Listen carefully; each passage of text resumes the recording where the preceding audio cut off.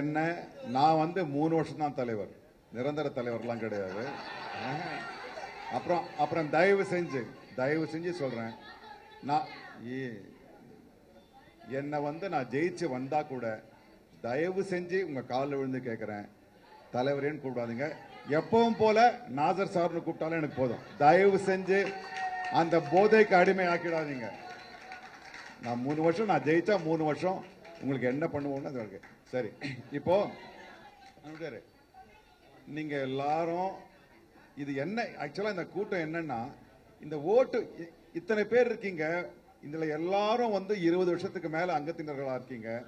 ஆனா யாருமே ஓட்டு போட்டதில்லை. அதனால உங்களுக்கு எப்படி ஓட்டு போடுறதுன்னு ஒரு பாடம் எடுக்கிறதுக்காக இந்த கூட்டம் கூட்டப்பட்டது. ஆனா இந்த தேர்தலுக்கு முன்னால நீங்க எல்லாம் கூறுறதுக்கான ஒரு சந்தர்ப்பமா இருக்க, தம்பிங்களா எல்லாரும் ஒருத்தர் போய் பார்த்துட்டு வாங்கன்னு வந்தது, இதுவே ஒரு பெரிய கூட்டமா போச்சு. ஆனா நான் சொல்றேன், இதுல பாதி பேர் மேல எனக்கு கோபமா இருக்கு. இதுல பாதி பேர் சாப்பிடாம உட்காந்துருக்கீங்க. நீங்க சாப்பிட்டு இருக்கணும், நீங்க சாப்பிட்டு வந்து உட்காந்துருக்கணும். இல்ல அது எனக்கு இப்பதான் சொன்னாங்க, எனக்கு மனசு கஷ்டமா இருக்கு. சரி, ஓகே. இப்போ இந்த கூட்டத்துக்காக, இந்த தேர்தலுக்காக நீங்க சொன்னா நம்ப மாட்டீங்க, இந்த தேர்தல் எப்படி நடத்தி காட்டுவாங்கன்னு ஒரு பெரிய சவால் வச்சாரு நம்மளுடைய அன்பான அண்ணன்.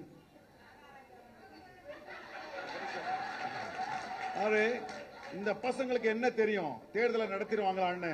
நான் சொல்றேன், உங்களுக்கே தெரியும் இன்னைக்கு தேர்தல் எப்படி நடந்துட்டு இருக்குன்னு. மிக கண்ணியமா எல்லாரும் பங்கு பெற மாதிரி ஒவ்வொரு நடிகர்களும்.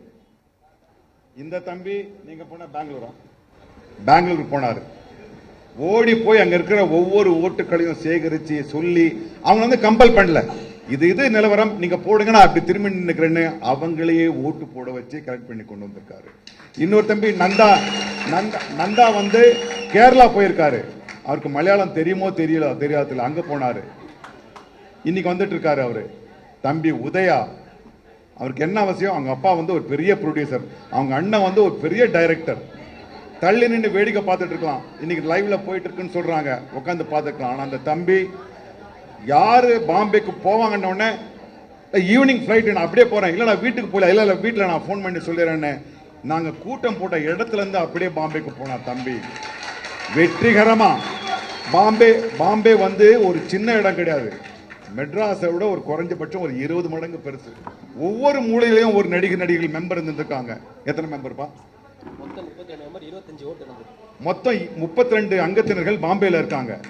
25 ஓட்டை ஓடி ஓடி ஓடி ஓடி கிடைச்சு கொண்டு வந்திருக்காரு. எங்களை பார்த்து நீங்க கேக்குறீங்க சங்கத்தை எப்படி நடத்த முடியும்னு. நான் சொல்றேன், சங்கத்தை நடத்துறதை விட பெரிய சவால் இந்த தேர்தலை கண்ணியமா வெளிப்படையா நடத்துறது. அதை நாங்க செஞ்சு முடிச்சிருக்கோம். ஆக இது ஒன்னே போதும். இந்த ஒரு பானை சோத்துக்கு ஒரு சோறு பதம்ன்ற மாதிரி இன்னைக்கு தன்னுடைய கோட்டைன்னு நினைச்சிட்டு இருந்தெல்லாம் இன்னைக்கு வெட நடுங்கிட்டு இருக்காங்க. ராத்திரி எல்லாம் தூங்குறது இல்ல. உங்களை தூக்கம் வராம பண்ண முடியும்னா இவங்க எல்லாரையும் சந்தோஷமா வச்சு 3 வருஷம் சங்கத்தை நிர்வாகம் பண்ண தெரியும்ன்றதுக்கான மிகச்சிறந்த உதாரணம் இந்த தேர்தல். ஒவ்வொருத்தரும் நாங்க பகட்டுக்காக இங்க வரல. எங்களுடைய மிகச்சிறந்த உழைப்பாளி தம்பி உதயா இப்ப உங்களுடைய செயற்குழு உறுப்பினரா நிக்கிறாரு. சும்மா போட்டுட்டு தயிர் வடை சாப்பிட்றதுக்காக வரல, ஓடி போய் நிரூபிச்சுட்டு வந்திருக்காரு. பாம்பேல போய் 25 பேரை கன்வின்ஸ் பண்ணி ஓட்டு போட கொண்டு வந்திருக்காரு. மிக மிக களைத்து போயிருக்கிறேன். ஏன்னா நாங்க யாரும் தூங்குறது கிடையாது. ஆபீஸ்ல உட்காந்து இவங்களுக்கு போகணும் அவங்களுக்கு போகணும், அடுத்த நாள் என்ன பண்ணும் இது பண்ணணும்னு. எங்க எல்லாருக்குமே இரவும் பகலுமா வேலை செஞ்சிட்டு இருக்கோம். ஆனா நாங்க இவ்வளவு மணி நேரம், ஒரு 6 மணி நேரம் எங்களால நிக்க முடியுதுன்னா அந்த சக்தி நீங்க கொடுத்து. ஏன்னா நான் அரசியல் பேச வரல, இதை அரசியலாக்க விரும்பல. நீங்க இவ்வளவு உண்மையான மகிழ்வோடு பசியோடு உட்கார்ந்துட்டு இவ்வளவு சிரிச்ச மூஞ்சு உங்களை நான் 27 வருஷமா நான் பார்த்துட்டு இருக்கேன். பல்வேறு படங்கள்ல பல்வேறு நிகழ்ச்சிகள்ல உங்களை எப்பொழுதும் இவ்வளவு ஒரு சந்தோஷமா நான் பார்த்ததில்லை. நீங்க சந்தோஷமா இருக்கிறது எங்களுக்கு புத்துணர்ச்சி தருது. எங்க தூக்கம் களைப்பு எல்லாமே போயிடுச்சு.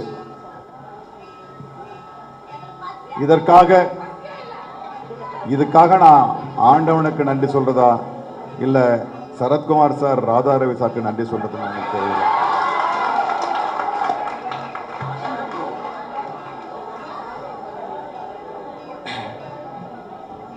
அதாவது இதற்கு இணையா அங்க ஒரு மீட்டிங் நடந்துட்டு இருக்கு. உங்க எல்லாருக்கும் தெரியும். உங்களுக்கு வெத்தலை பாக்கு வச்சு அழைப்பு சின்ன தெரியும். அந்த வெத்தலைக்கு கீழே காந்தி தாத்தா இருந்தாருன்னு தெரியும். ஆனால் நீங்க அந்த தாம்பூலத்தை மறுத்துட்டு இங்க வந்திருக்கீங்க. பாலாஜிக்கு அவர்கள் வீட்டிலே 7 ஓட்டோ என்னவோ இருக்கிறது. அவர்களுக்கு கொடுத்த பணத்தை அவர்கள் நான் வாங்கிக் கொள்றேன், இன்னார் கொடுத்தாருன்னு ரசீது கொடுப்பீங்களான்னு கேட்டு திருப்பி அனுப்பிச்சிருக்காரு. ஆனால் இதே நண்பர் ஒரு 6 மாத காலத்திற்கு முன்பாக எப்படி இருந்தார் என்பது எனக்கு தெரியும். இந்த ஒரு மாற்றம் தான், இந்த ஒரு சுயமரியாதையை கொண்டு வந்ததுதான் எங்களுடைய வெற்றி.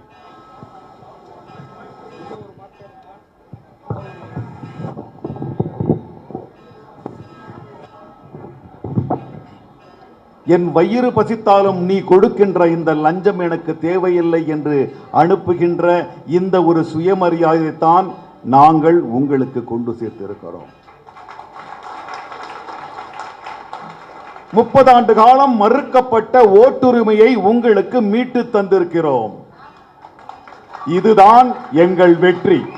நான் தலைவனாவதோ, விஷால் பொதுச் செயலாளராவதோ, கருணா உபதலைவராவதோ அல்ல. அடுத்த வருடம் உங்கள் ஓட்டை நீங்களே, உங்கள் ஓட்டுரிமையை நீங்களே மீட்டெடுப்பீர்கள் என்பதுதான் நாங்கள் உங்களுக்கு கொடுத்தது. கட்டிடம் முக்கியமல்ல, 3 வேளை சோறு முக்கியமல்ல.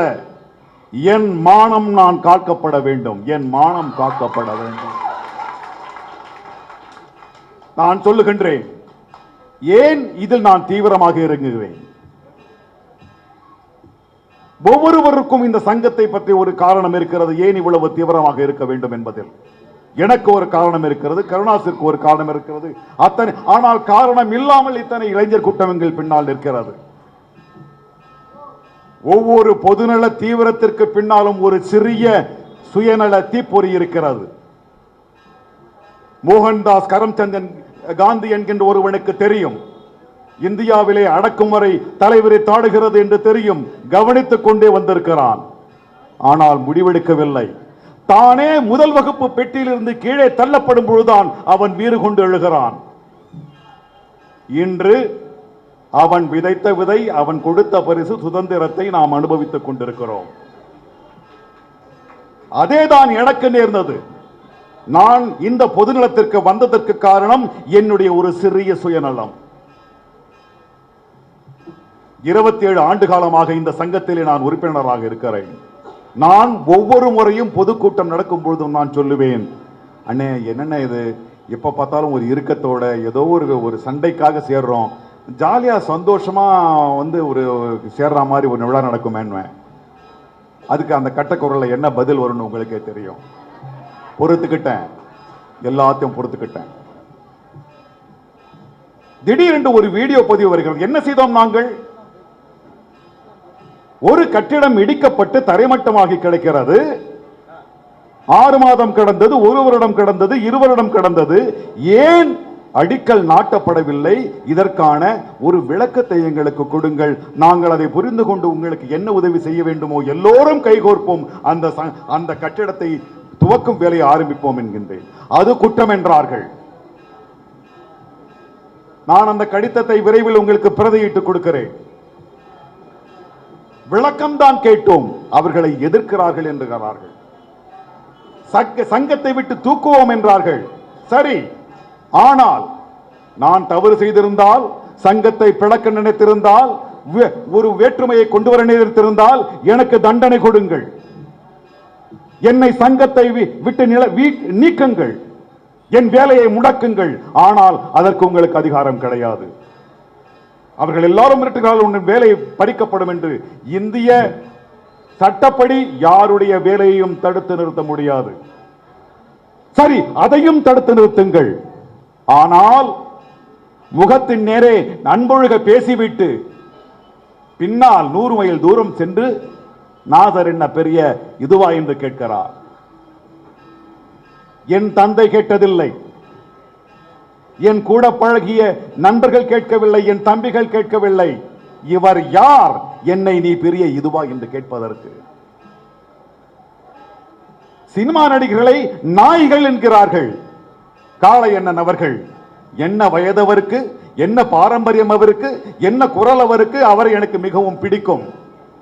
ஆனால் அந்த முதியவர் சொல்லுகிறார், துணைத் தலைவர் என்ற பதவியில் இருந்து கொண்டு சொல்லுகிறார், சினிமா நடிகர்கள் நாய்கள் என்று சொல்லுகிறார்.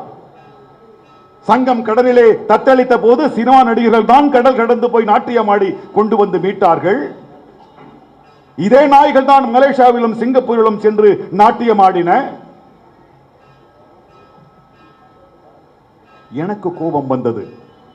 எப்படி இது ஒரு எத்தனை காலம் தான் அவர் அப்படிதான் பேசுவாரு? எத்தனை காலம் தான் இந்த கலாச்சாரத்தை வளர்ப்போம்? ஒருவர் பேசினார் சரி, ராதாரவிக்கு அந்த பிறவி குணம் இருந்தது சரி, காளைக்கு எப்படி வந்தது? இன்று என் மனம் வலிக்கிறது. என் மகன் வயதுடைய சிம்பு அங்கு சென்று உட்கார்ந்தவுடன் அவனுக்கும் அந்த பாஷை தொட்டிக் கொள்கிறது. யாருக்கு வேண்டும் இந்த கலாச்சாரம்? யாருக்கு வேண்டும் இந்த கலாச்சாரம்? என்று நாய் என்று அழைப்பதும் பேய் என்று அழைப்பதற்கு நீ யார்? அன்று நினைத்தேன், அன்று தீர்மானித்தேன், என்ன ஆனாலும் சரி இதை நான் தீவிரமாக எடுத்துக் கொள்வேன் என்று.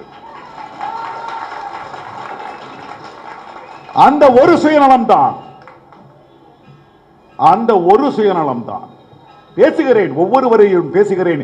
எல்லோரும் அவமானப்பட்டு கூணி குறுகி நிற்கிறீர்கள். எதற்காக? தையல் கடை வைத்திருந்தால், ஒரு பங்க் கடை வைத்திருந்தால் கூட இதில் சம்பாதிப்பதை நீங்கள் அதிகமாக சம்பாதிப்பீர்கள். இவர்கள் வேலை கொடுப்பது என்பதற்கால் உங்களை பெண்களை எப்படி திட்டுவார் என்பது எனக்கு தெரியும். நான் காதால் கேட்டு இருக்கிறேன். இந்த கலாச்சாரம் எங்களுக்கு போதும்,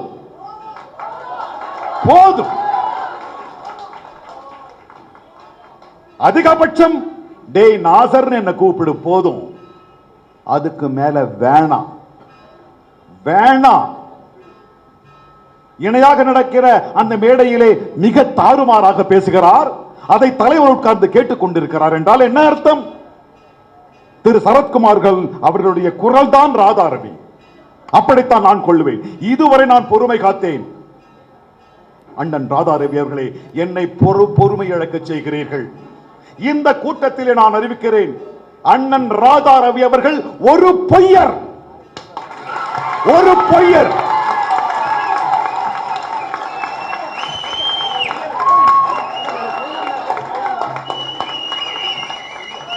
இதுவரை தோழர்களே, தோழிகளே, இதுவரை ஒரு பொது இடத்தில் எந்த ஒரு மனிதனையும் எந்த ஒரு உயிரினத்தையும் நான் கேவலமாக பேசியதில்லை.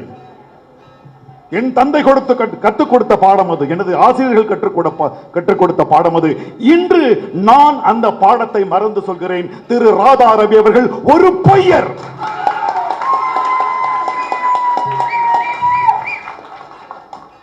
நான் இந்த கூட்டத்தை சேர்த்தேன் என்பதற்காக என் மீது என்னென்ன கட்டுக்கதைகளை அவிழ்த்து விடுகிறார். எனக்கு கதை எழுத தெரியாதா? கருணாசுக்கு எழுத தெரியாதா? பிரகாஷ் எழுத தெரியாதா? யாருக்குத்தான் எழுத தெரியாது? நாங்கள் உண்மையை தவிர வேறு எதுவும் பேச மாட்டோம் என்று சபதம் எடுத்திருக்கிறோம். கருணாஸ் நீங்க இப்படி பார்த்து இப்படி பேசுறதை கேட்டிருக்கீங்க. அவர் கூட நாங்க ஜாலியா இருக்கும்போது நீண்ட பயணம் போது ஒரு பேசுறது கேட்கணும். அதையே மேடை பேசலாம். ராதாரவிக்கே வைக்க வரும். ஐயோ எத்தனை நாள் நம்ம தான் இப்படி பேசணும், நம்மளுக்கு ஒண்ணுமே தெரியாது, அவ்வளவு பேச தெரியும். ஆனால் ஒரு வார்த்தை பொது இடத்தில் வந்ததா? எனக்கு பேச தெரியாதா? யாருக்கு தான் பேச தெரியாது? நாங்கள் திருப்பி கேட்க மாட்டோம் என்கின்ற ஒரு காரணத்தினால் எங்களுடைய நல்ல குணத்தை வைத்துக் கொண்டு நீங்கள் எப்படி எங்களை அவமதிக்கலாம்? கட்டுக்கதை விடுகிறார். நான் நாடகக்காரர்களை நாட்டம் பிடித்தவர்கள் என்று சொன்னேன் என்று சொல்லுகிறார். என்று நடந்தது சாட்சிக்கு இருக்கிறார். திரு விஜயகாந்த் அவர்களை இருக்கிறார், திரு சரத்குமார் அவர்களை இருக்கிறார், திரு ராஜேந்திரன் இருக்கிறார். நான் நிற்கிறேன், வர சொல்லுங்கள் அவர்களை, என் முகத்திற்கு நேரே சொல்லட்டும் நான் அந்த வார்த்தையை சொன்னேன் என்பது. நாடகக்காரர்கள் இன்று என் பின்னால் வருகிறார்கள் என்ற ஒரு காரணத்திற்காக ஒரு கட்டுக்கதையை, ஒரு பொய்யை அவிழ்த்து விடுகிறார். வெட்கமாக இல்லை? வெட்கமாக இல்லையா திரு ராதாரவி அவர்களே? அதை ஏன் நீங்கள் ஆதரிக்கிறீர்கள் திரு சரத்குமார் அவர்களே? இதை ஏன் விசாரிக்க மாட்டேன்? இப்பொழுது இந்த கூட்டத்திலே ஒரு பொய்யை சொல்லியிருக்கிறார். நான் சார்ந்த ஒரு சமூகத்தை இழுக்கிறார். அந்த சமூகம் மதிக்கின்ற ஒரு புத்தகத்தை மீது சத்தியம் செய்ய சொல்லுகிறார். என்ன என்ன சதி இது? நான் என்ன சொன்னேன்? என்னுடைய பிள்ளைகள் விஷாலும் கார்த்தியும் சூர்யாவும் ஆர்யாவும் எல்லாரும் சேர்ந்து என்னுடைய பிள்ளைகள், நான் அவர்களை என்னுடைய பிள்ளைகள் போதான் பார்ப்பேன். அவர்கள் உழைப்பில் இந்த சங்க கட்டிடம் கட்டுவதற்காக 40 கோடி ரூபாய் கட்டித் தருகிறோம், அதை வாங்கிக் கொள்ளுங்கள் என்று நான் சொன்னேன். விஷால் சொன்னான். ராதா ரவி அவர்கள் சிறப்பு பொழுது கூட்டத்தில் சொல்லுகிறாள், நாங்க ஒன்னும் பிச்சை கேட்கலன்னு. 40 கோடி ரூபாய் பிச்சையா அவர்களுக்கு? 40 கோடி ரூபாயை விடுங்கள், எங்கள் உழைப்பை தருகிறோம் என்று சொல்லுகிறோம், எங்கள் நெற்றி வியர்வையை தருகிறோம் என்று சொல்கிறோம், அதை பிச்சை என்றா சொல்லுவது? இன்று நான் ஏதோ ஒரு புதுக்கதை கட்டுகிறார். நான் ஏதோ 1 கோடி ரூபாய் அப்படியே தாம்பாளத்தில் வைத்துக் கொண்டு சென்றதாகவும் அவரது பிச்சை காசு என்று மறுத்ததாகவும். ஒரு சமூகம் மதிக்கின்ற குர்ஆன் மீது சத்தியம் செய்ய சொல்லுகிறார். என்ன விளையாட்டு இது? தீயுடனா விளையாடுவது? நான் அவரை சத்தியம் செய்ய சொல்லுகிறேன். அவர்கள் சொல்லிய விஷயங்களை தொகுத்து கொடுத்து, தோழர்களே, ஒரு பொய்யர் எப்படி 30 ஆண்டு காலம் இந்த சங்கத்திலே இருந்தார் என்பதுதான் என்னுடைய பெரிய வருத்தம். அந்த பொய்யரை பாதுகாப்பதற்காக எப்படி ஒரு பெரும் கூட்டம் அணிவகுத்து நிற்கிறது என்பதுதான் என்னுடைய வருத்தம். நான் ஒரு பெரிய புகாரை எடுத்துக்கொண்டு திரு சரத்குமார் அவர்களிடம் செல்லுகின்றேன். என்னை இப்படியெல்லாம் பேசுகிறார்கள், என்னுடைய நண்பர்கள் என்னை பேசுகிறார்கள், நான் 4 மொழி படங்கள் இதை நடிக்கிறேன், என்னை ஒரு பெரியவராக என்னை நேசிக்கிறார்கள். ஹிந்தியில் நடிக்கிறேன், மலையாளத்தில் நடிக்கிறேன், தெலுங்கில் நடிக்கிறேன், கன்னடத்தில் நடிக்கிறேன். யாருமே என்னை இவ்வளவு மரியாதை குறைவாக பேசியதில்லை. சரத்குமார் அவர்களே, அவர் மீது நடவடிக்கை எடுங்கள் என்று கேட்டுகிறேன். ஒரு கடிதம் எழுதுகிறேன், பதில் வரவில்லை. 2 முறை கடிதம் எழுதுகிறேன், 3 முறை எழுதுகிறேன். கடைசியில் வெறுப்பட்டு எல்லா செயற்குழு உறுப்பினர்களுக்கும் எழுதுகிறேன். அதிலே செயற்குழு உறுப்பினர்கள் சொல்லுகிறார்கள், காலை அவர்கள் தந்தை போல உங்களை திட்டுவதற்கு அது உரிமை இல்லையா என்று ஒருவர் விளக்கம் கொடுக்கிறார். தோழர்களே, நான் இன்று அந்த கடிதத்தை காண்பிக்கிறேன். என்னுடைய தலைவர், என்னுடைய மரியாதையை, என்னை காக்க வேண்டிய தலைவர் பதில் கடிதம் எழுதுகிறார். அவர் மீது எந்த நடவடிக்கையும் எடுக்க வேண்டாம் என்று செயற்குழுவில் முடிவெடுக்கப்பட்டது. நீங்கள் அதை ஏற்றுக்கொள்ளவும். பாதுகாப்பற்ற இந்த நிர்வாகம் எனக்கு எதற்கு? என்னை ஒருவன் மிக கீழ்த்தனமாக பேசுகிறான். என்னை பாதுகாக்காத ஒரு நிர்வாகம் எதற்கு என்பதற்காகத்தான் நான் இந்த நிர்வாகத்தை மாற்ற முடிவெடுத்தேன். கட்டிட சங்கம் கட்டுவதற்கு அல்ல.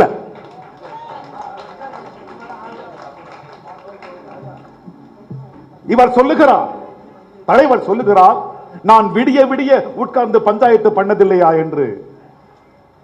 கோடிக்கணக்கில் நடிகர்கள் வாங்குகிறார்கள், அவர்கள் பக்கத்தில் போய் உட்காருகிறீர்கள்.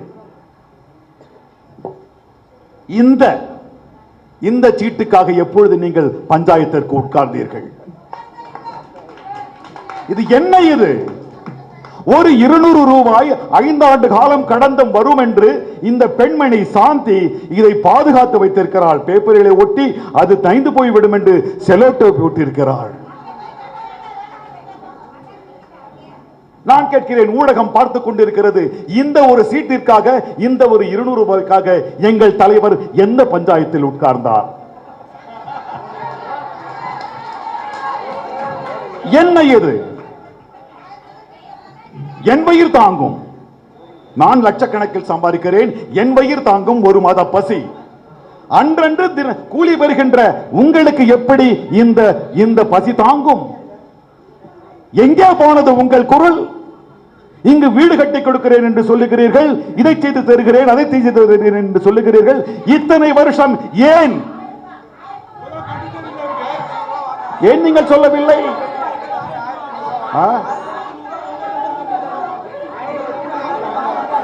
வாங்கிக்காங்களா? சரி சரி சரி சரி, ஓகே, அதை பத்தி நம்ம விசாரிப்போம். என்ன இது? என்ன இது? இதை நான் சொல்லுகின்றேன். என்னுடைய அலுவலகத்திலே, அம்மா சாத்தியன் யாருன்னு தெரியாது, உனக்கு உரிய இந்த பணத்தை கொடுத்துட்டு இந்த சீட்டை நான் விலைக்கு வாங்கிக்கிறேன். இது எப்போதுமே நான் தலைவராக, ஒருவேளை நீங்கள் என்னை தேர்ந்தெடுத்தால் 3 வருடம் நான் தலைவராக இருக்கின்ற வரையிலும் இது பாதுகாக்கப்பட்டு என் சட்டை பையிலே உட்கார்ந்திருக்கும். நான் அந்த பதவியிலே உட்கார போவது ரஜினிகாந்த் அவர்களின் பிரச்சனையை தீர்ப்பதற்கோ, பருத்தி வீரன் கார்த்தியின் பிரச்சனை தீர்ப்பதற்கோ அல்ல, இந்த சீட்டுக்கு சொந்தக்காரன பிரச்சனை தீர்ப்பதற்காகத்தான் நான் அந்த கூட்டத்தில் உட்கார போகிறேன். இதுதான் என் அடையாளம்.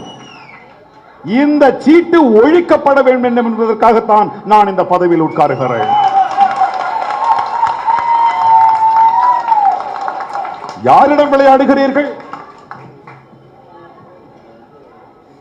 குட்ட நாங்கள் குனிந்து கொண்டே இருப்போமா?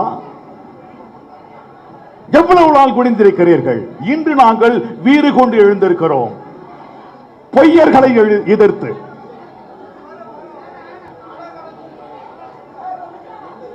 சைலண்ட். தோழர்களே தயவு செய்து, பார்த்ததில்லைன்னு கேட்டதில்லை, நெஞ்சு வெடிக்குது. உட்காரு.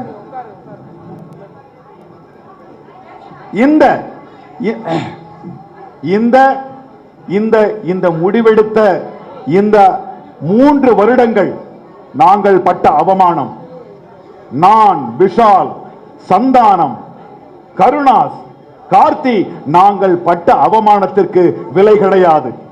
அந்த சங்கத்தையே விட்டால் கூட நாங்கள் பட்ட அவமானத்திற்கு ஈடாகாது. நான் தலைவரிடம் சென்று கேட்கிறேன், என்ன சார் ராதாரவி எப்படி பேசுற? என்னங்க அவர் சங்கத்தை வித்தா போட்டாருன்னு கேட்கிறாரு. எப்படி சங்கத்தை விற்கலாம்? நாங்கள் பதவிற்காக ஆசைப்படவில்லை. உங்களுக்கு தெரியாது, என் தாய் போன்றவர்களை, சகோதரி போன்றவர்களை, இந்த பிரச்சனை வந்த பிறகு, இந்த பிரச்சனையில் தீவிரமாக இறங்கிய பிறகு, கிரேஸுக்கும் கருணாசுக்கும் பிரச்சனை, சரண்யாவுக்கும் பொன்வண்ணனுக்கும் பிரச்சனை, எனக்கும் கமிலாவுக்கும் பிரச்சனை. அவர்கள் பயப்படுகிறார்கள், வேணாங்க அவங்க எதனா செய்திருவாங்கன்னு. நான் சொன்னேன், நாங்கள் தனியாட்கள் அல்ல, எங்கள் பின்னால் இவ்வளவு பேர் இருக்கிறார்கள்.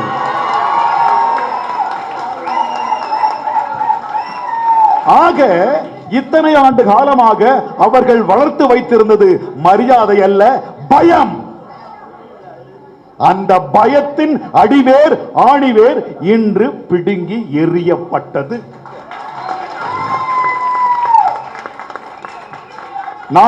நாம் எல்லாரும் சேர்ந்து ஒரு விதை நடுவோம். அது மரமாகும், பூ பூக்கும், காயாகும், பழமாகும்.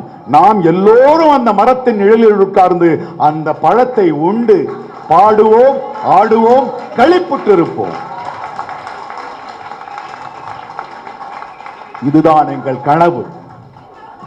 இந்த கனவிற்காக தான் இவ்வளவு அவமானங்களை நாங்கள் தாங்கி இருக்கிறோம். இன்றும் நாங்கள் உங்களிடம் வாக்கு கேட்கும் போது கூட என்ன சொன்னோம்? நீங்கள் யாருக்கு ஓட்டு போடுகிறீர்களோ எங்களுடைய கவலை அல்ல, நீங்கள் வந்து ஓட்டு போட வேண்டும். அந்த சுகத்தை, அந்த உரிமையின், அந்த சுதந்திரத்தின் சுகத்தை நீங்கள் அனுபவிக்க வேண்டும் என்று சொன்னோம். அதுதான் எங்களுக்கு. இந்த தேர்தலில் நாங்கள் பணியாற்றுவது, இவ்வளவு தீவிரமாக பணியாற்றுவது எங்களுடைய வெற்றிக்காக அல்ல. இதுவரை இந்த தென்னிந்திய நடிகர் சங்கத்தின் சரித்திரத்தில் இப்படி ஒரு தேர்தல் நடந்தது இல்லை என்று நிரூபிக்கத்தான். எங்களுக்கு வெற்றி தேவையில்லை, வேண்டுமானாலும் நீங்கள் எடுத்துக்கொண்டு போங்கள்.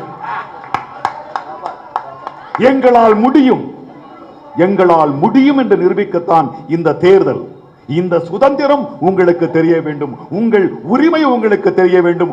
உங்களுக்கு தேவையான ஒரு தலைவரை, ஒரு பொருளாளரை, ஒரு உபதலைவரை உங்களுக்கு தேர்ந்தெடுக்க தெரிய வேண்டும் என்று இந்த உணர்வை ஊட்டத்தான் இந்த தேர்தல், எங்களுடைய வெற்றிக்காக அல்ல. மாற்றம் வேண்டும், மாற்றம் வேண்டும், ஒரு தாரக மந்திரத்தை நாங்கள் உச்சரித்துக் கொண்டிருக்கிறோம். மாற்றம் வேண்டும்,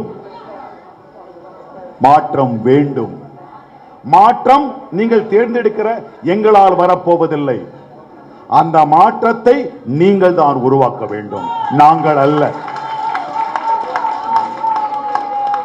அந்த மாற்றத்தை நீங்கள் தான் உருவாக்க வேண்டும். என்னுடைய அன்பான சகோதரிகளே, சகோதரிகளே, அம்மாவே, ஐயாவே, தயவு செய்து 18ஆம் தேதி ஓட்டு போட வாருங்கள்.